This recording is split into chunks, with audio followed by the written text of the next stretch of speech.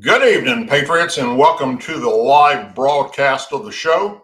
You got many places to be tonight. You chose to be here with me, and for that, I am forever grateful. Thank you very, very much. Hope everybody had a wonderful weekend. Ours was pretty wet. We've had some bad weather down here in all of Louisiana. Of course, well, if you've been watching the weather, it's been bad everywhere, especially across the middle of America and out on the East Coast as well. And hopefully it's going to clear up, and it looks like it's going to be clearing up next week. So let's keep our fingers crossed. First, I'd like to say that we will not be doing a show on Thursday night. I have something that has come up that I have to attend on Thursday, which is actually out of state that I have to go to. So I'll be leaving Thursday and staying overnight. So I will not be doing the show Thursday. We will return next week on Tuesday at 8 p.m. Central as scheduled. Okay, before we get into discussing the things that I have here from current news that I'd like to share with you all, I want to ask you whether you're a liberal or Democrat or conservative, Republican, especially conservatives and Republicans. Hear me out, all right? Do you think that Donald Trump bit off a little more than he could chew when it comes to the Russia-Ukraine war? I mean, after all, he did promise us that he knew Putin very well and was going to end this war on day one. Yet, you may have heard that over the weekend, Russia launched their biggest airstrike to date in the war on Ukraine, with hundreds of drones and missiles attacking cities and killing innocent men, women, and children. And Trump has come out and he's condemning it. In fact, I think his exact words were, "I don't know what's gotten into the man." Well, look. What's our alternative? Okay, to the liberals and Democrats out there, what's the alternative? What does Donald Trump do at this point? Let's just concede that he bit off more than he can chew when it comes to Russia and Ukraine. But what do? Put yourself in Donald Trump's shoes. Let's say you're the president. What next? Do you put sanctions on Russia and try and cripple their economy? Or more sanctions, let's say, because there's already a bunch already on them. I don't think that's ever worked in the history of sanctions. Do you keep pumping in billions of dollars of military equipment and money into Ukraine to just continue to drag out this mass killing of humans? What would you do? Do you get involved with our military to join with the Ukrainians and fight against Russia? Well, that brings World War III and the end of civilization as we know it, because then it turns nuclear. But then again, I've said all along that I thought that Putin would go nuclear by now. He threatened it many, many times. Yet he hasn't. So I was wrong on that respect. Let's hope he's not planning on doing something like that stupid in the future. But I would just about guarantee you that if we did actively get involved with actual boots on the ground and our aircraft with American pilots flying them, this would turn nuclear. So damned if you do, damned if you don't. Donald Trump is in a position where, hey, he made a promise. I will stop this war on day one. He also said, had he been president, it would never happen in the first place. And I do believe that. I do believe that he could have kept Putin at bay. But he inherited this mess that he overthought. And Putin's still doing stupid shit, attacking and killing innocent men, women, and children. Not military combatants. He's not attacking the military forces anymore. This attack over the weekend was solely targeted at major cities and just killing as many people as he could. So if you're a Democrat or you're a liberal, put yourself in Donald Trump's shoes and you tell me in the chat, send me an email. What would you do? Because look, as a 4-time combat veteran myself, I'm going to tell you right now, there is little options here. I mean, literally. Do I want to see us continue to pump billions of dollars into Ukraine? Hell no. But do I want to see Russia stop this mass murder that's happening? Yes. I also think it's time that Trump stopped blaming Ukraine for the actual war itself. They didn't attack Russia. Russia attacked them. Now, although I'm being a little critical of Donald Trump at the moment, I'm still on Team Trump. I'm still MAGA. I still believe that he's going to pull something out of his hat that we don't see coming, like everything else he's done so far in this administration, that is really doing good for our country. But when it comes to this massive killing, I don't know. I don't know what the answer is. I wish I did. I get asked a lot, whether it's in person or in text messages and emails. Doug, how does Trump get out of this? The only thing I can suggest, I guess, at this point is the Trump administration put the maximum amount of sanctions possible on Russia. Is that going to stop Putin from continuing to bomb the shit out of that country? Probably not. What are the other options? I don't see any. If Trump can't negotiate this to an end,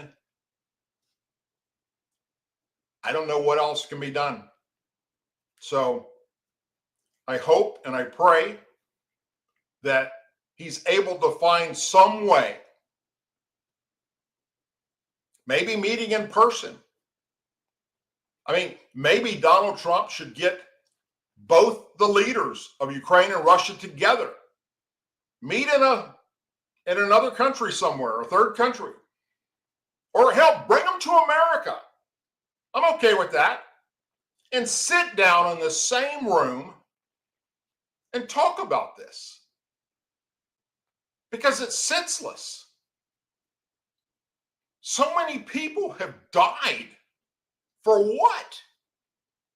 Because Russia wants their land. I mean, that's all there is to it. He just wants their land. And then he won't stop there. He's going to move on to another country. He's already made that very clear. So let's just hope and pray that something happens soon. And that something doesn't include all of us being evaporated off planet Earth because of some stupid bullshit.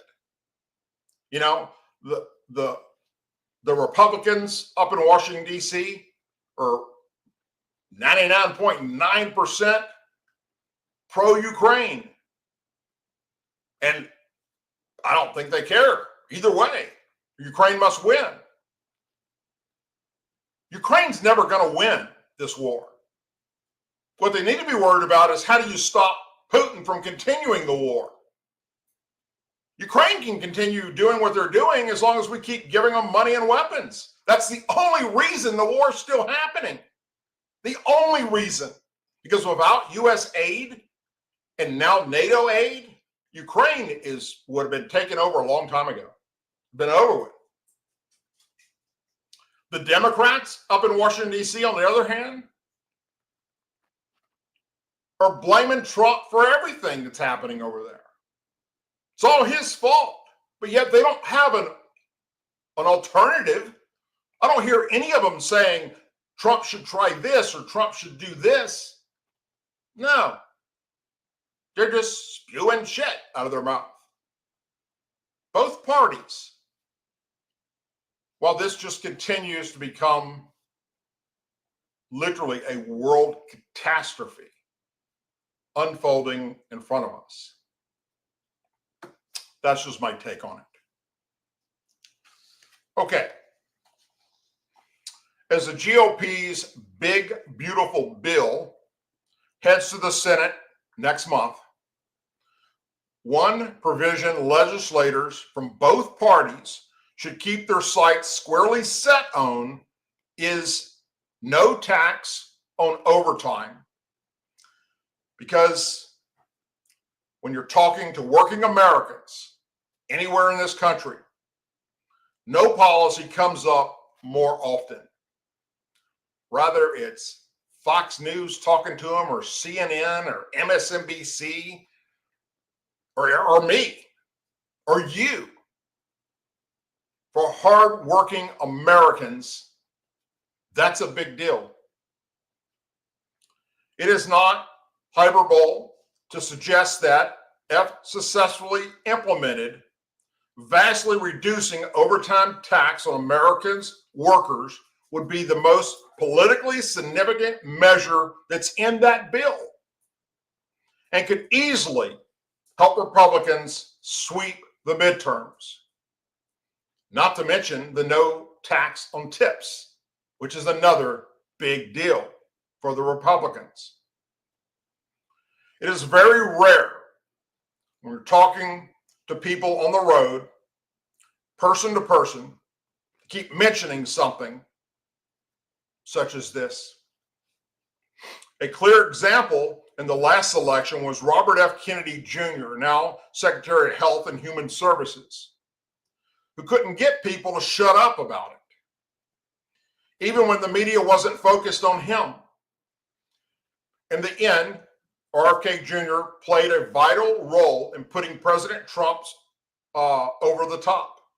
For the past couple of months, the things that we keep hearing over and over again from workers and employees is how much they desperately want no tax on overtime. Or hell, no tax at all. Although that's not going to happen. You may recall the coal miner in Columbine, Ohio, who was interviewed by the media and said, taxes are killing the working man. Or Doug and Danny in Jefferson, Indiana, a steel cleaning plant owner and his foreman, who also weighed in. Doug said it will encourage younger workers to give up their time away from loved ones and produce for customers that we have that need steel. And they want that we did not produce Monday through Friday and get it done. For Ohio to Texas to West Virginia, no tax on overtime has created excitement for the people the news media never seemed to get around to talking to. A major reason that no tax on overtime is largely ignored compared to its more popular cousin, no tax on tips, is that almost nobody who produces news has ever held a job that includes traditional overtime, while many likely had tipping jobs while in college. This also explains exactly why the overtime provision is a much bigger deal. There are a handful of tipping jobs that one can raise a family on, but most are stepping stones. And that's what they were meant to be. They weren't meant for careers. You weren't meant to go from high school to McDonald's and make it a career. Although some do, and they move up the ladder and they become, CEOs and own their own franchises, but that's rare. You're meant to have that job while you're going through school, whether it's high school or summer job or college, get your degree and move on to something bigger and better. There are millions of jobs you can raise a family on that involve overtime. For the men and women who work these jobs in plants, mines, and so forth, a reduction in overtime tax is far more meaningful than any stimulus check could possibly be. A stimulus check is like winning a scratch-off lottery ticket. No tax on tips is a raise in your paycheck. You can plan on it. You can build around it. This brings us around to midterms.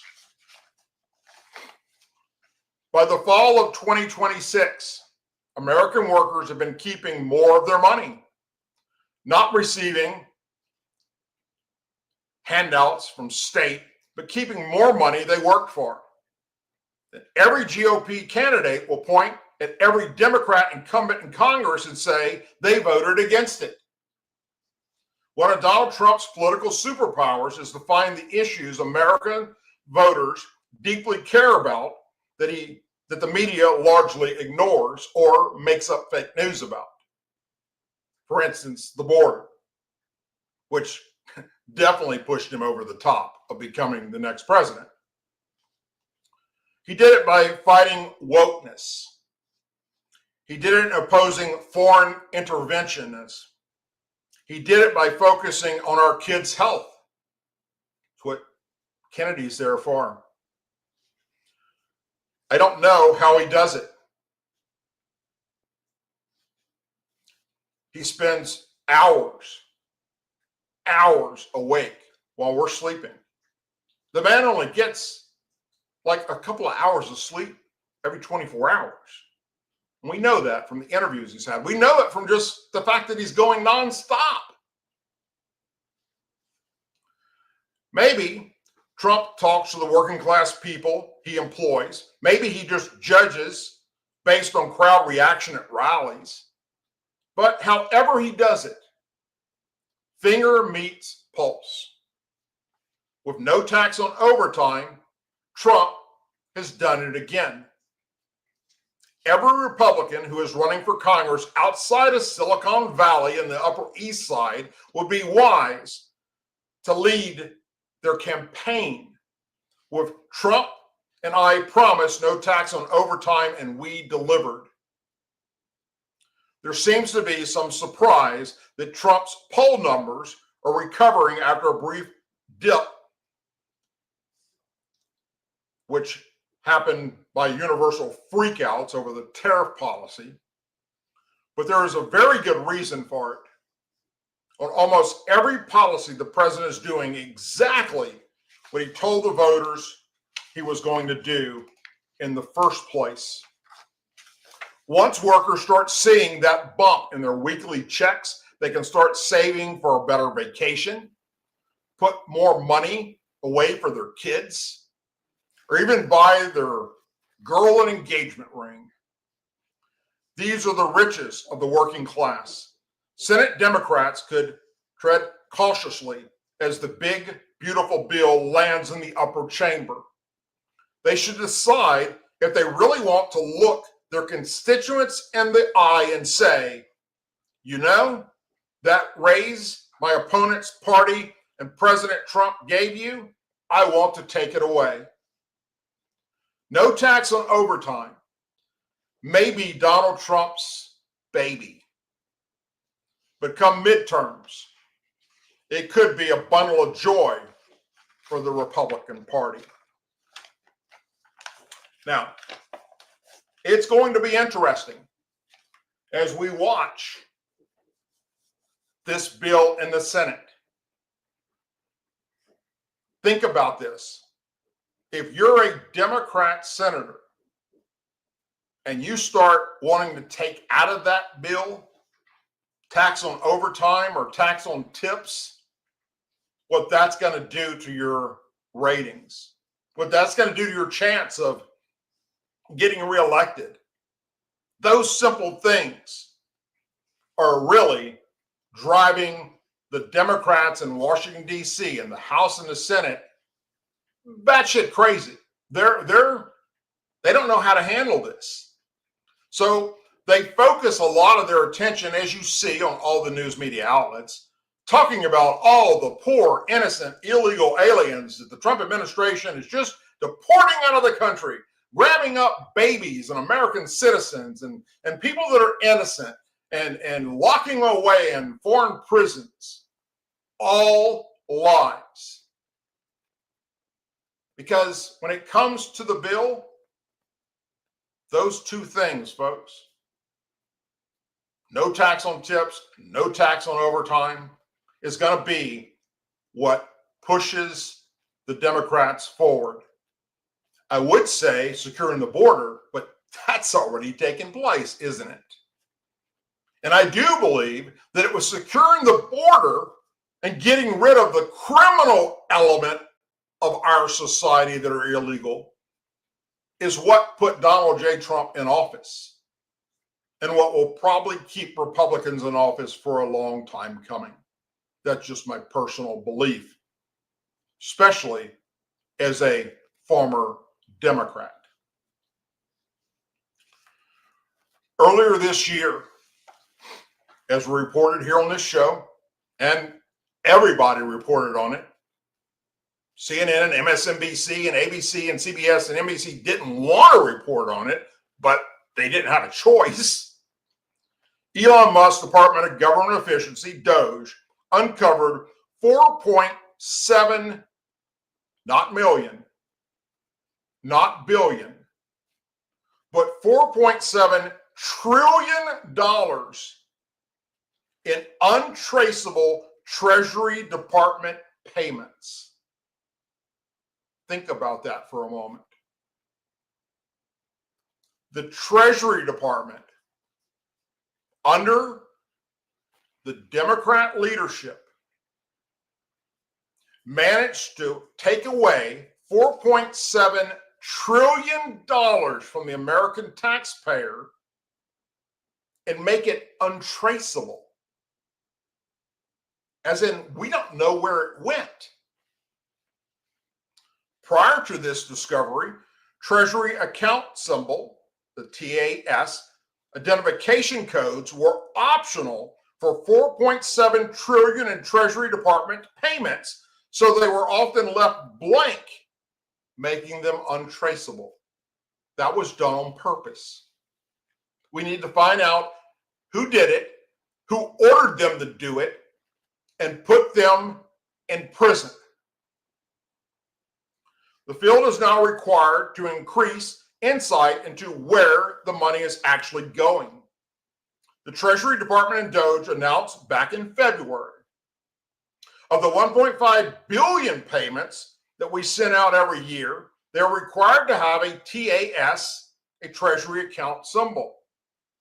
We discovered that more than 1/3 of those payments did not have a TAS number. Treasury Secretary Scott Basin said before the House Appropriations Committee, Subcommittee on Financial Services and General Government earlier this month. I'm not surprised at all. Unfortunately, Senator Robert Marshall, Republican of Kansas, said before adding they were leaving complete fields on the farms undone when they're filling out their financials. So this seems to be a common theme. I'm not surprised. Senator Eric Smith, Republican Missouri, called for an investigation to where those payments actually went. Wouldn't you want to know? Regardless of your party, wouldn't you want to know where this $4.7 trillion went? I definitely want to know where it went. I want to know if any members of Congress pocketed any of this money. To get funneled to them somehow? You know, we've talked on this show many times about how is it possible that an American citizen out there making $30,000 a year, maybe $90,000 a year, maybe $100,000 a year, applies and gets elected, or runs and gets elected to Congress, and on a salary of under $160,000 a year, so a big increase, depending on where they started, in 5 years is a millionaire. How? They write a book? Was a movie done about him in Hollywood? Did a very rich family member pass away? You take any of those senators or members of the House, put in their name in a search engine, and put net worth after it, and watch what pops up. It's insane. There's so much waste. There's so much fraud. There's so much abuse in our government. I'm glad there's a way to focus on it now. We're to make many of those reforms permanent that are happening. There probably ought to be some investigations about where this money went. It's our money. This is taxpayer money that we don't know where it went. $4.7 trillion. People work hard. After DOGE and the Treasury Department uncovered the $4.7 trillion in untraceable funds, Marshall and Senator Rick Scott of Florida introduced a bill requiring the Treasury Department to track all payments. Seriously? They had to introduce a bill to make that take place? The Locating Every Distribution and Government Expenditure Records, known as Ledger Act, seeks to increase transparency in how the Treasury Department spends our money. When you hear about this story, that what they didn't know, where the money was going, it makes you mad because it's your money. It's your friend's money. It's your family's money. This is taxpayer money. When we have almost $37 trillion in debt, so this makes no sense at all. Congressional budget projects that interest payments on America's national debt will total $952 billion in fiscal year 2025. That's $102 billion more than the United States defense budget, which is $850 billion. We paid out more last year on our debt, $36 trillion in debt, with $950 billion in interest going to bondholders all over the world, including China. That $950 billion didn't go to build a bridge or an F-35 fighter jet. We paid more on the interest on debt than we did to fund our military. That is an inflection point that when most countries hit, you look at history. That's when great powers start to decline and countries crumble and fall.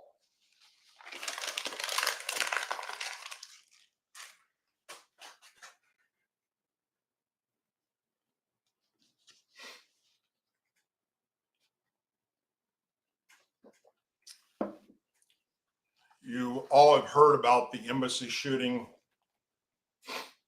of the two Israeli embassy staffers that were shot in Washington, D.C. We talked about it here, and everybody else has covered it, every news media outlet.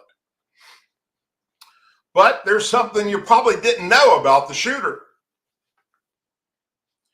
The father of the man who did the shooting, who shot and killed those two Israeli embassy staffers outside the Washington, D.C. Capitol Jewish Museum attended President Trump's joint address to Congress in March at the invitation of a Democratic Illinois representative.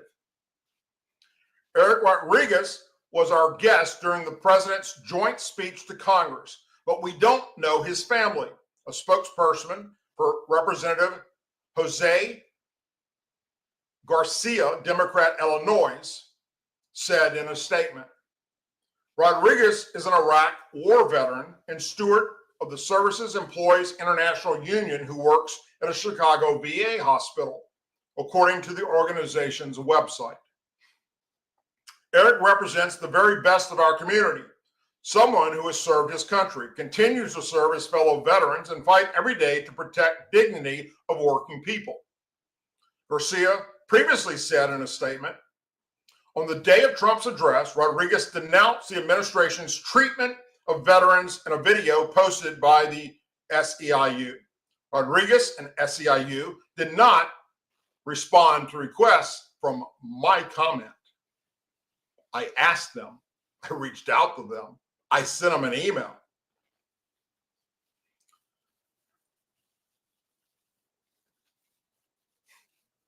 This is so freaking sickening.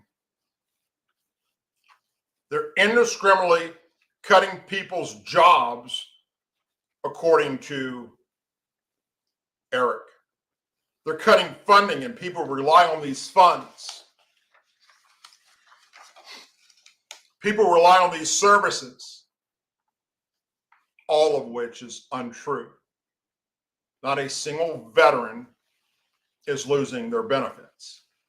Not a single Social Security recipient or food stamp recipient or anyone on government type welfare or government handout that is legally able to accept it under the conditions that are there for it. You can't just apply for food stamps, for instance, or Social Security and expect you're going to get it when you're not due it or when it's time. Ellis appeared in federal court to face multiple charges, including 2 counts of first-degree murder after he gunned down Yoran Zlochevsky, 28, and Sarah Milgram, 26, as they were leaving the Capitol Jewish Museum. Authorities said Ellis traveled from Chicago to Washington, D.C. the day before the shooting, transporting the legal firearm in checked luggage before purchasing a ticket to an event hosted by the American Jewish Committee. According to the unsealed FBI affidavit, surveillance footage shows Ellis approaching the 2 Israeli diplomats from behind as they entered a crosswalk before opening fire on the couple. As the victims collapsed to the ground, investigators said he continued shooting before pausing to reload his weapon and firing again. Upon being approached by authorities, he said, and you all saw it, it's all over social media, the video, I did it for Palestine. I did it for Gaza. I am unarmed. As he was being arrested. And then he was heard yelling, "Free Palestine." If convicted, he will be sentenced to approximately 30 years in prison at a minimum. I personally think he should get the death penalty. So, Republicans in the past have invited people to be guests at the White House, at Congress hearings, at speeches by the president that turns out that a family member of them was actually a bad apple. And now Democrats have done the same thing with this guy. Now, he's not really talking much about his son or his stance on this. All we really know is we can look at what he said in the past, and it's all over social media and videos of him claiming that the Trump administration is stripping veterans of their rights. And it's not true. As the founder of Veterans United for Justice and a very outspoken veteran advocate, if this current administration or any administration starts dicking around with veterans' benefits, I will be the very first person to stare into this camera and call that shit out. And I monitor the VA damn near 24/7 and everything about it. And that's how this all started to begin with. Before there was the Douglas Ducote Show, it was just me in front of a camera ranting about all the horrible things happening in the VA system. And that was when Obama was the president. You can go find some of those videos. They're still up on social media of me. That's all I did. As the founder of Veterans United for Justice, as I found this corruption in the VA system, I went and I sat here and I called it out on a YouTube channel. And then one day a friend of mine said, you know what, if you took that passion that you have for what's happening to the VA, and oh, it was very screwed up under the Obama administration. And I'm not going to blame it on Obama per se. I'm going to blame it on everybody, him and everybody before him, for not doing the right things by veterans, Republicans and Democrats. It was a freaking mess, my friends. And that shouldn't be the case, should it? So he said, you know what, Doug, if you take that passion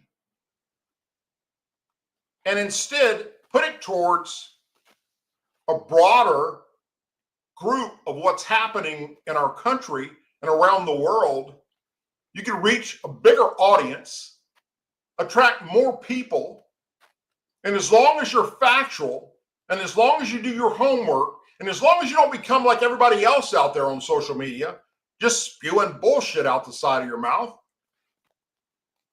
you could probably accomplish way more. And that's how this became to start with. It started with me being contacted by my dear friend, Chrissy Piccolo, who was the host of the radio show Real War Witness. She just invited me to come on one day. She saw one of my YouTube videos and said, hey, man, will you come on my show and talk about the things you're doing for vets? And I did. And that show had a larger viewing audience or listening audience. It wasn't on video. It was a radio show. Had a larger listening audience than any of our prior guests that had been on the show. And then so she eventually reached out and said, how would you like to come on and co-host the show with me? And that's what started the ball rolling with me and Chrissy on Real War Witness. And then eventually we ended up meeting somebody who kind of became a producer of the show for us and realized the potential that I had with my voice and approached me and said, would you be willing to do your own show? We call it the Douglas Ducote Show. And take that passion that you have for American patriots and put it into this show. And you know, he did not want Chrissy to be a part of that. He wanted just me. And I said, I'm willing to do it as long as she's part of the team. All right? I'll be the person in front of the camera, but this woman really got me where I am. Had it not been for her, I'd still be just some guy ranting in front of a camera for a YouTube video. And so Christy became a part of Team Ducote and became an associate producer. And of course, many of you know what happened later on in life. COVID and all the things happened to us with the hurricanes, and our producer ended up having some issues and personal family issues, and we ended up having to part ways, and I ended up doing this on my own. And I don't have a producer today. I had to learn this literally from like the ground up and get it to where we're at right now. And of course, we're always trying to expand it and make it bigger. We have the website, douglasducote.com. If you haven't gone there, please go there. Follow the website. We're now going out live, and not just on YouTube, but on Rumble, on X, formerly Twitter, on LinkedIn. Once True Social has their platform set up to where we can broadcast live there, we're going to go out live there. We're going out to many other places. As many places as StreamYard will allow me to go out on, so that we continue to spread the message. Okay, now,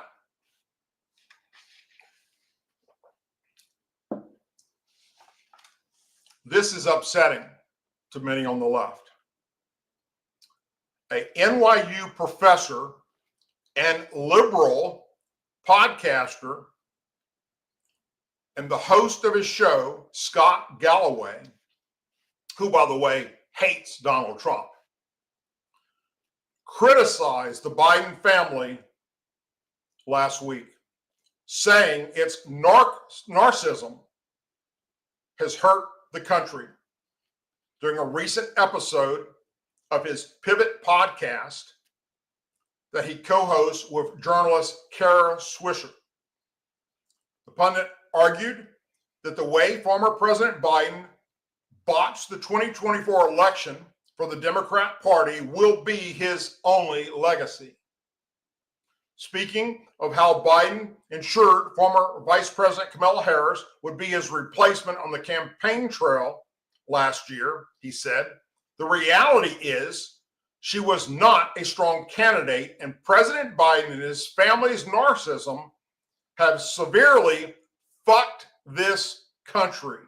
Severely. And that is his legacy.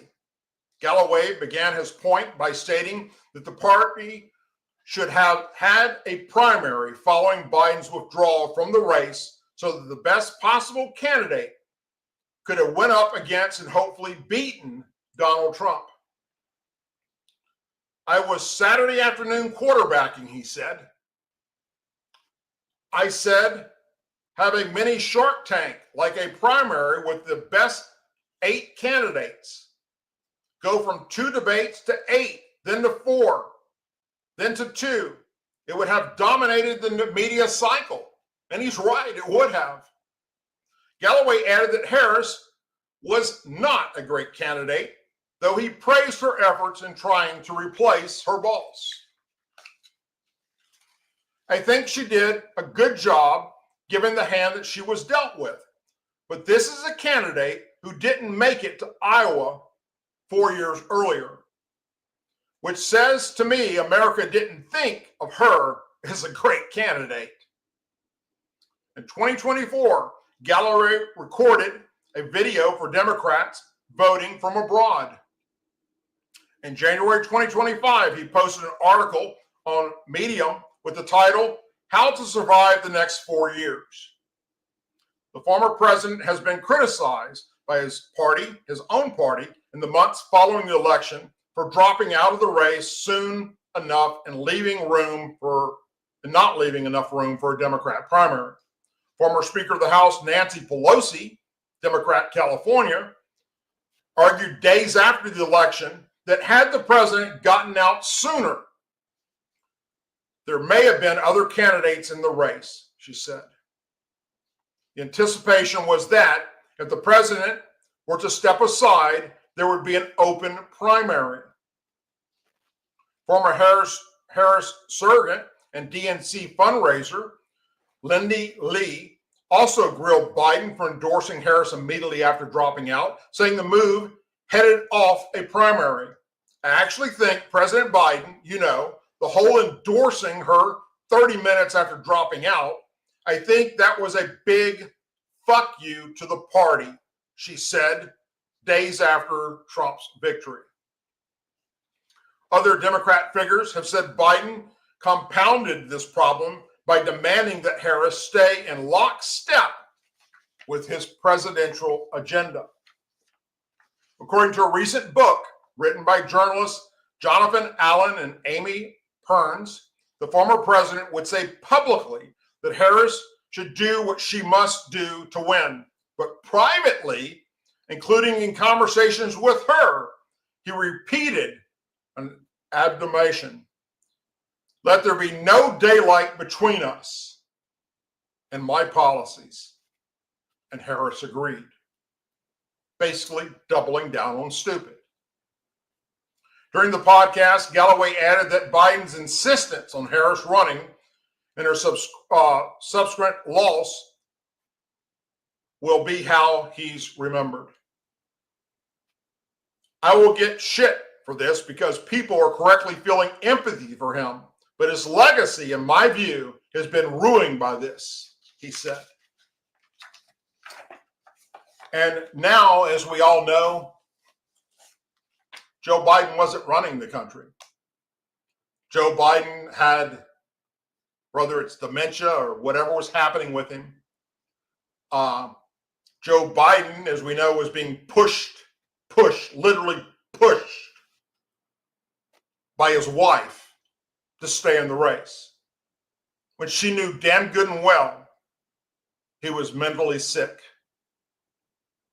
And everybody behind the curtain at the White House knew he was mentally ill. And they hid it from the American public the best they could until the last debate. And we all saw what happened. At that moment, everybody in America, Democrats, Republicans, conservatives, liberals, all realized that Joe Biden was unfit to keep going forward. And sadly, well, as far as I'm concerned, what Joe Biden, the Biden family did to this man, this is me giving empathy for Biden, is elder abuse. That's freaking elder abuse, what they did to him. I don't care what you think of the man. Nobody should be forced to do what Joe Biden, he was a puppet for them. That's how much they wanted to stay in power and keep enjoying the privileges of living in the White House. So time will tell if that liberal Democrat podcaster is right or wrong. But I think he's spot on. And although I'm 1,000% happy that Trump beat out Harris, God knows where we'd be right now with her. We sure as hell wouldn't have a secure border. We sure as hell wouldn't have ICE rounding up illegals that are murderers and rapists and child molesters and drug traffickers and sex traffickers. We sure as hell wouldn't have a strong military coming back. We sure as hell wouldn't be supporting our law enforcement agencies and trying to get our community crime under control. And we sure as hell wouldn't be hiring people on merit. We'd be continuing to hire them based on their sexual orientation or the color of their skin over somebody that's fully qualified. So, and here's the deal. My Democrat friends that have now seen everything that I've seen, everything I've been talking about, are now coming up to me, and whether it's in text or in person or phone calls or emails, and going, damn, dude, you were spot on with everything you reported on about Joe Biden and the Biden administration.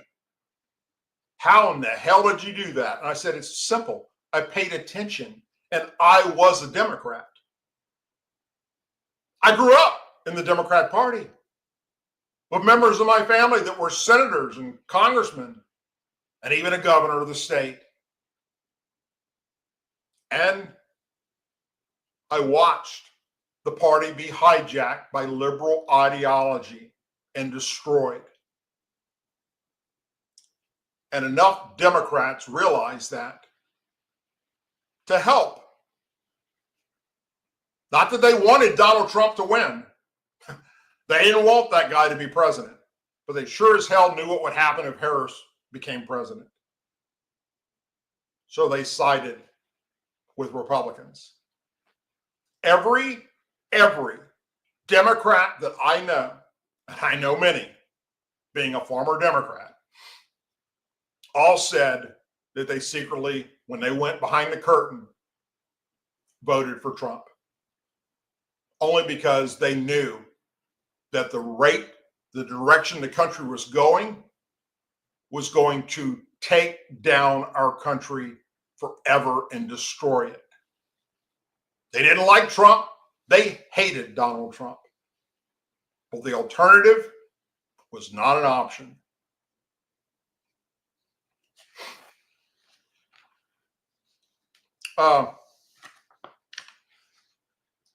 With major indicators from this past April, the month of peak tariff uncertainties now in, none show the kinds of recessionary or inflationary conditions implied by businesses and consumer surveys that you're seeing on MSNBC and CNN and all the other media outlets and all those people on YouTube and Rumble that are liberals and Democrats spewing out there.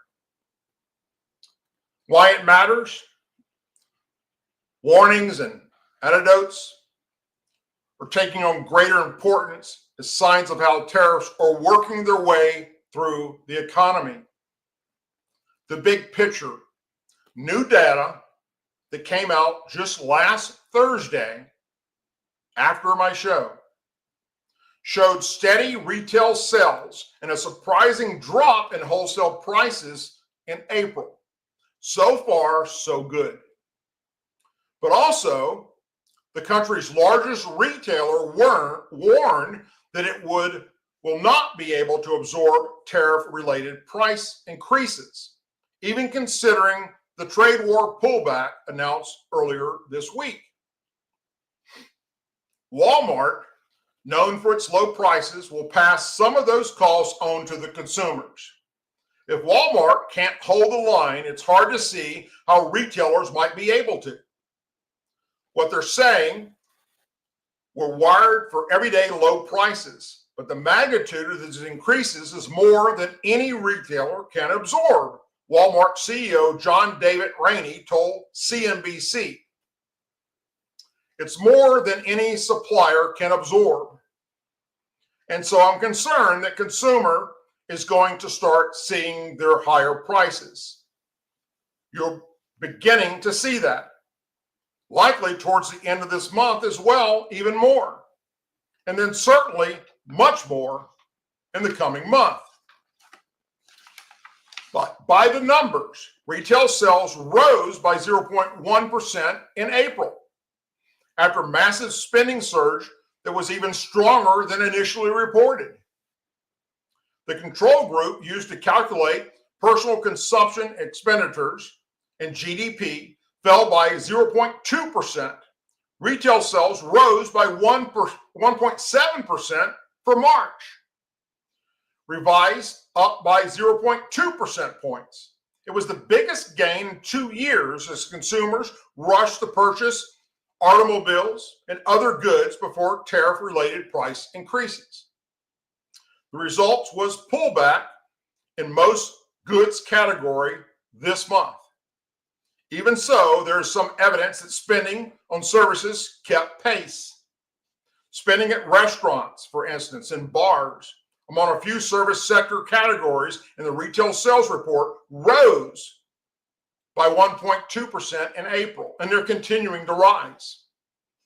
People are not going to eat at restaurants or go out to nightclubs. Between the lines, the producer price index, a gauge of wholesale prices, showed little sign of tariff-related price pressures that businesses have warned about.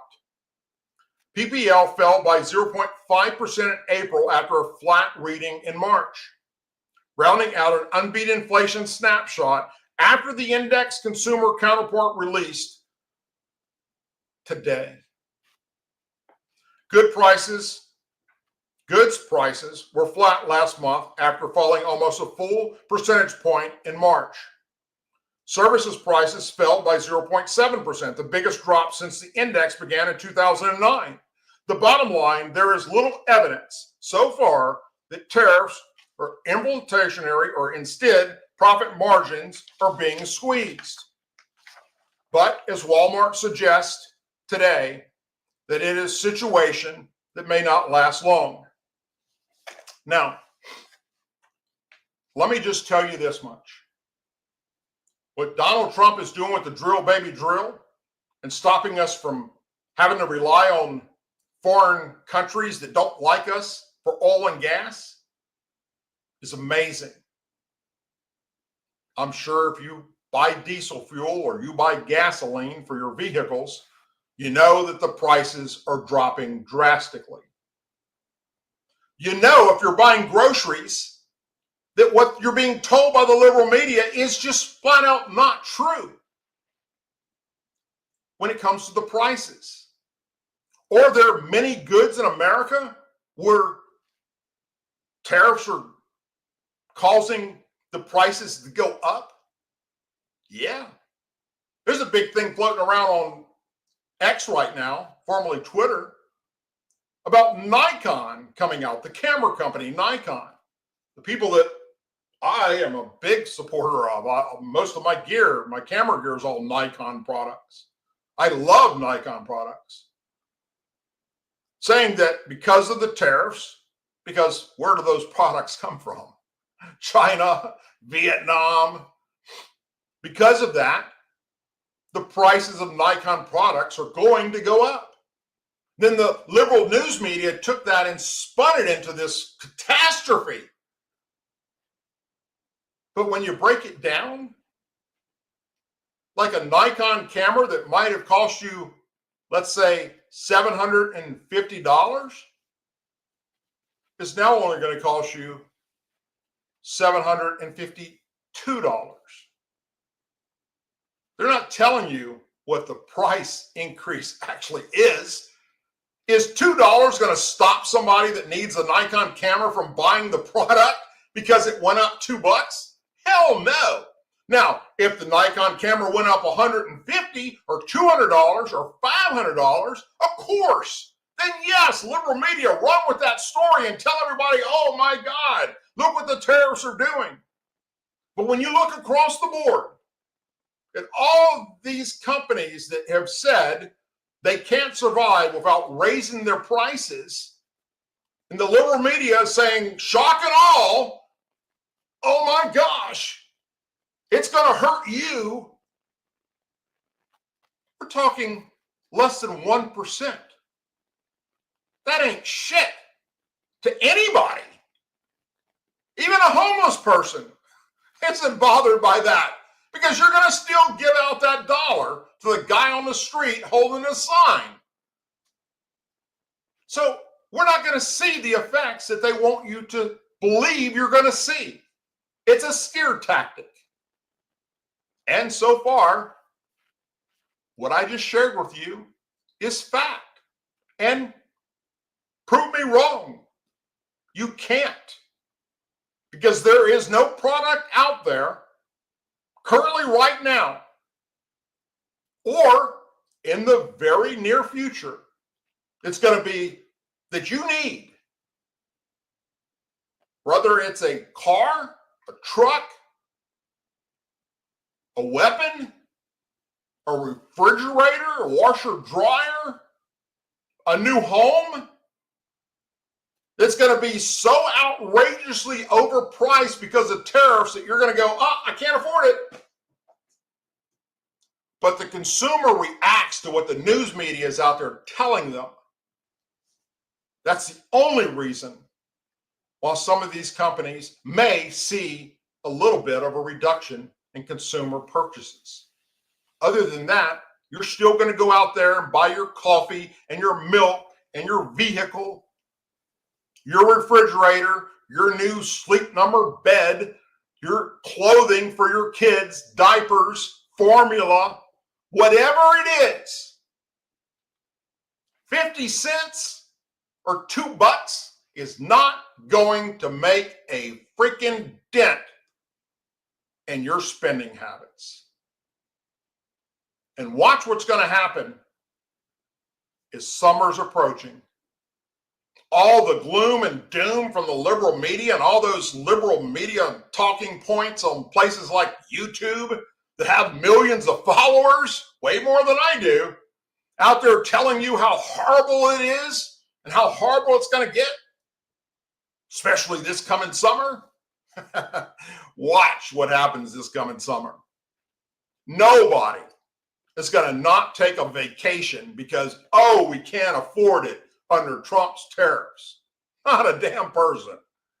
If you can't afford to take a vacation, it's because you can't afford to take a vacation. You couldn't afford it before Trump, and you can't afford it now. It has nothing to do with $1 or $2 and a price increase in anything. And most of these increases that we're talking about are under $1. And that's only going to be for a short period of time, because every single country now, after Donald Trump did this shock and awe of raising these tariffs, and the liberal media went batshit crazy, every single country now has reached out to America and said, how do I stop this? How do we make this go away? And that's all Donald Trump was trying to do, make it a fair, even playing ground for all of us. It isn't fair for we, the people, that have to pay a tariff on our own damn goods in another country and they don't have to do the same, or we pay more than they have to pay to sell their products here. So he did a massive shock and awe. It shocked the liberal media. And boy, did they go out there and tell you a bunch of horror stories. It shocked those countries that went, holy shit, he did it. Now, how do we fix it? Even China, the final holdout, is no longer holding out. And they're working with the Trump administration to make this work. Because even China, as big as they are, they make more products that are in your home than any other country on planet Earth. Everything is made in China. And that's about to change, which is going to be great for America. And those companies that are in foreign countries making their products, what do you think they're going to do? You think they're going to stay there and keep pumping out? An American company stay in a foreign country pumping out their product that they can't sell to you because they can't afford the tariffs? No, they're going to do what Donald Trump was trying to do all along. Make you come back to America, invest in America, make your products here, and then you won't have any tariff. And oh, by the way, your employees aren't going to be taxed on overtime or tips. And that is driving the left batshit crazy. And they don't know what to do. There's nothing you can do but stop the fear mongering and get on board. And stop listening to these left-wing nut jobs that are telling you shit that's just not true. The Titanic is not sinking again. That already happened, folks. When all these countries left America to make their products cheaper in Mexico and China, with child labor, by the way, forced labor, and many other countries. That's over. And the change is going to be great for the American people. I promise you that. And if it's not, and it's the other way around, then I'll come on here and I'll tell you I got it wrong. But I don't have it wrong. I'm not bullshitting you. Whether you want to believe what I say or don't believe what I say. Whether you like Donald Trump, worship Donald Trump, or can't stand the man, you're going to be better off in your bank account in the next 3.5 years. I guarantee it, unless you are a complete and utter idiot and don't know how to manage your money. Once again, we'll not be doing a show on Thursday night. I have other things I have to attend to. We'll be back next week on Tuesday. If something does break between now and then, I will either put out a video about it or I will come on and do a live broadcast if it's of major importance for American patriots. Other than that, if you haven't already done so, whether you're watching us live tonight on YouTube or Rumble or X, formerly Twitter or LinkedIn, please subscribe, hit the button, like what we're doing, and share it with your family and friends. Make sure you tell them that if you got little ones in the room, every now and then Mr. Doug says a bad word or two or 10. So wear headphones or turn it down or have your little ones out of the room if you think that the world's going to come to an end if they hear the F word or something of that nature. But then again, don't let them listen to the Democrats in Washington, D.C., who are being bleeped out of everything coming out of their mouth when they're in front of a camera. Think about this for a moment.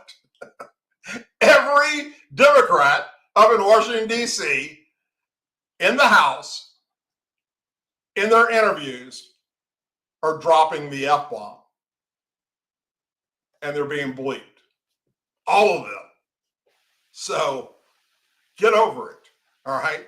Shit happens. As always, please say a prayer for our men and women serving in the United States military, our veterans, our law enforcement officers, our first responders, their families, our angel families, our blue and gold star families in our country. May God bless the United States of America. May God bless each and every one of you. Have a wonderful and safe evening. And I will see you next Thursday at 8 p.m. Central Time. I'm sorry, next Tuesday at 8 p.m. Central Time. Good night, everybody, and thank you for joining us.